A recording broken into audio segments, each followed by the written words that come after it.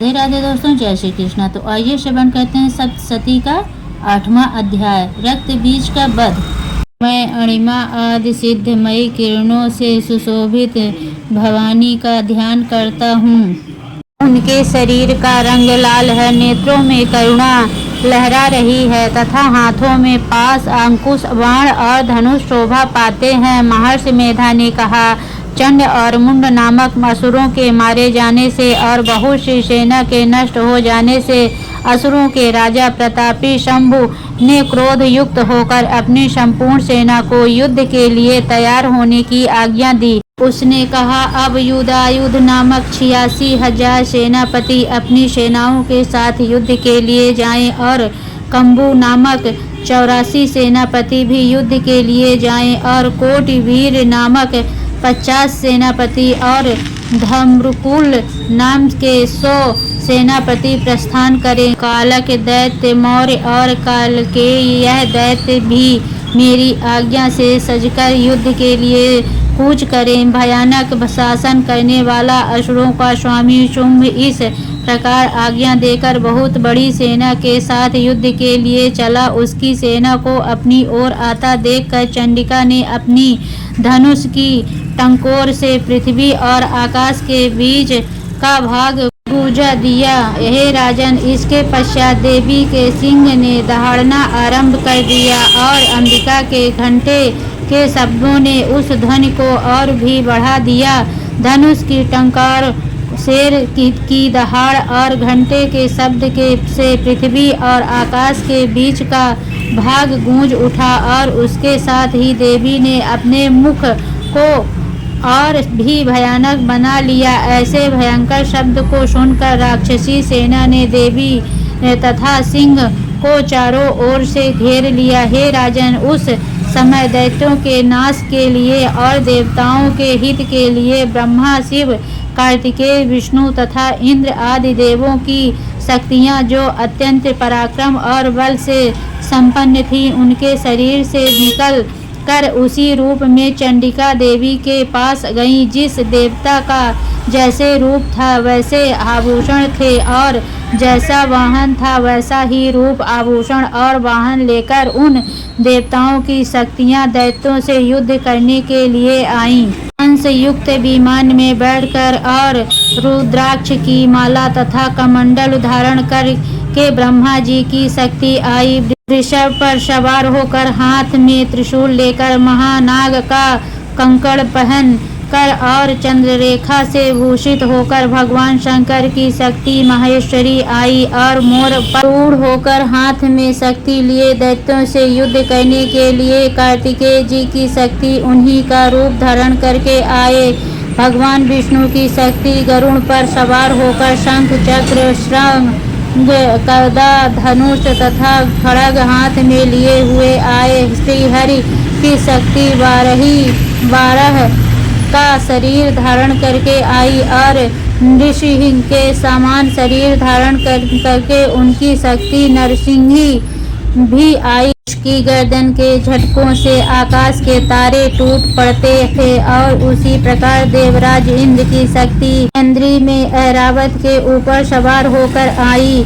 पश्चात इन देव शक्तियों से घिरे हुए भगवान शंकर ने चंडिका से कहा, मेरी प्रसन्नता के लिए तुम शीघ्र ही उन असुरों को मारो। इसके पश्चात देवी के शरीर में से अत्यंत उग्र रूप वाली और सैकड़ों गीदड़ियों के समान आवाज करने वाली चंडिका शक्ति प्रकट हुई। उस अपराजिता देवी ने धूमिल जटा वाले भगवान श्री शंकर जी से कहा, हे प्रभु, आप मेरी ओर से दूत बनकर शुभ और निशुंभ के पास जाइए और उन अत्यंत वीले दैत्यों से कहिए तथा उनके अतिरिक्त और भी जो दैत्य वहां युद्ध के लिए उपस्थित हों उनसे भी कहिए, जो तुम्हें अपने जीवित रहने की इच्छा हो तो त्रिलोकी का राज्य इंद्र को दे दो।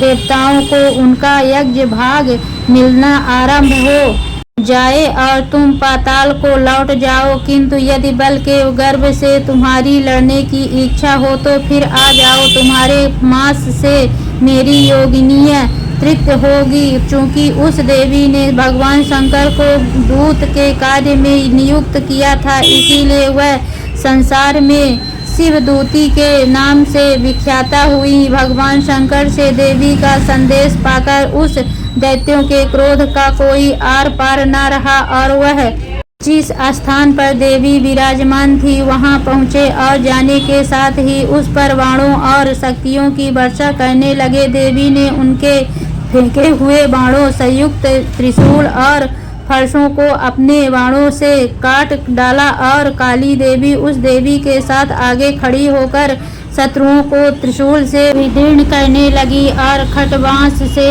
कुचलने लगी। ब्रह्मणी जिस तरफ दौड़ती थी उसी तरफ अपने कमंडल का जल छिड़क कर दैत्यों के वीर व बल को नष्ट कर देती थी और उसी प्रकार महादेश्वरी त्रिशूल से, वैष्णवी चक्र से और अत्यंत कोप वाली कुमारी शक्ति द्वारा असुरों को मार रही थी और इंद्री के बाजू के प्रहार से सैकड़ों दैत्य रक्त की नदियां बहते हुए पृथ्वी पर सो गए।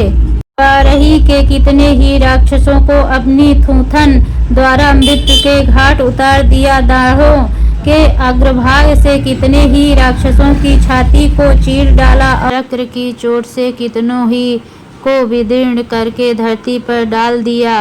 बड़े बड़े राक्षसों को नरसिंही अपने नाखों से विदीर्ण करके भक्षण कर रही थी और सिंहनाद से चारों दिशाओं को गूंजती हुई रणभूमि में विचर रही थी।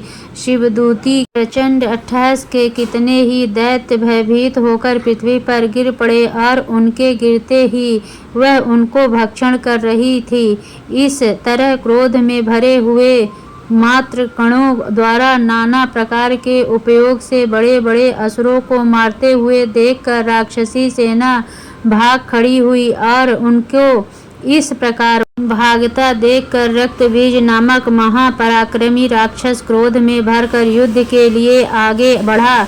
उसके शरीर से रक्त की बूंदें पृथ्वी पर जैसे ही गिरती थी, तुरंत वैसे ही शरीर वाला तथा वैसा ही बलवान दैत्य पृथ्वी से उत्पन्न हो जाता था। रक्तबीज गदा हाथ में लेकर इंद्री के साथ युद्ध करने लगा। जब इंद्री शक्ति ने अपने वज्र से उसको मारा तो घायल होने के कारण उसके शरीर में बहुत सा रक्त बहने लगा और उसकी प्रत्येक बूंद से उसके समान ही बलवान तथा महापराक्रमी अनेकों दैत्य भयंकर रूप से प्रकट हो गए। वह सबके सब दैत्य बीज के समान ही बलवान तेज वाले थे। वह भी भयंकर अस्त्र शस्त्र लेकर देवियों के साथ लड़ने लगे। जब इंद्री के वज्र प्रहार से उसके मस्तक पर चोट लगी और रक्त बहने लगा तो उसमें से हजारों ही पुरुष उत्पन्न हो गए। वैष्णवी ने चक्र से और इंद्री ने गदा से रक्तबीज चोट पहुँचाए और वैष्णवी के चक्र से घायल होने पर उसके शरीर से जो रक्त बहा उससे हजारों महाअसुर उत्पन्न हुए, जिनके द्वारा यह जगत व्याप्त हो गया। कौमारी शक्ति से वाराही ने खड्ग से और महेश्वरी ने त्रिशूल से उसको घायल किया। इस प्रकार क्रोध में भरकर उस महादैत्य ने सब मातृ शक्तियों पर पृथक पृथक गदा से प्रहार किया और माताओं ने शक्ति तथा शूल इत्यादि से उसको बार बार घायल किया। उसके सैकड़ों महादैत्य उत्पन्न हुए और इस प्रकार उस रक्तबीज के रुधिर से उत्पन्न हुए असुरों से संपूर्ण जगत व्याप्त हो गया, जिससे देवताओं को भय हुआ। देवताओं को भयभीत देखकर चंडिका ने काली से कहा, हे चामुंडे अपने मुख को बड़ा करो और मेरे शस्त्रघात से उत्पन्न हुए रक्त बिंदुओं तथा रक्त बिंदुओं से उत्पन्न हुए महाअसुरों को तुम अपने इस मुख में भक्षण करती जाओ। इस बिंदुओं से उत्पन्न हुए महादैत्यों को भक्षण करती हुई तुम रणभूमि में विचरो। इस प्रकार रक्त क्षीण होने से यह दैत्य नष्ट हो जाएगा। तुम्हारे भक्षण करने के कारण अन्य दैत्य नहीं होंगे। काली से इस प्रकार कहकर चंडिका देवी ने रक्त बीज पर अपने त्रिशूल से प्रहार किया और काली देवी ने अपने मुख में उसका रक्त ले लिया। तब उसने गदा से चंडिका पर प्रहार किया और प्रहार से चंडिका को तनिक भी कष्ट न हुआ, किंतु रक्त बीज के शरीर से बहुत सा रक्त बहने लगा। लेकिन उसके गिरने से साथ ही काली ने उसको अपने मुख में ले लिया। काली के मुख में उस रक्त से जो असुर उत्पन्न हुआ उनको उसने भक्षण कर लिया और रक्त को पीती गई। तदंतर देवी ने रक्त बीज को, जिसका की खून काली ने पिया था, चंडिका ने उस दैत्य को वज्रबाण, खड्ग तथा त्रिशूल इत्यादि से मार डाला। हे राजन, अनेक प्रकार के शस्त्रों से मारा हुआ और खून से वंचित वह महादैत्य रक्त बीज पृथ्वी पर गिर पड़ा। हे राजन, उसके गिरने से देवता अत्यंत प्रसन्न हुए और माताएं उन असुरों का रक्त पीने के पश्चात जिद होकर नृत्य करने लगी। इस प्रकार श्री मार्कंडेय पुराण में सर्वणिक मनवंतर की कथा के अंतर्गत देव महात्म्य में रक्त बीज वध नामक 8वां अध्याय पूरा हुआ।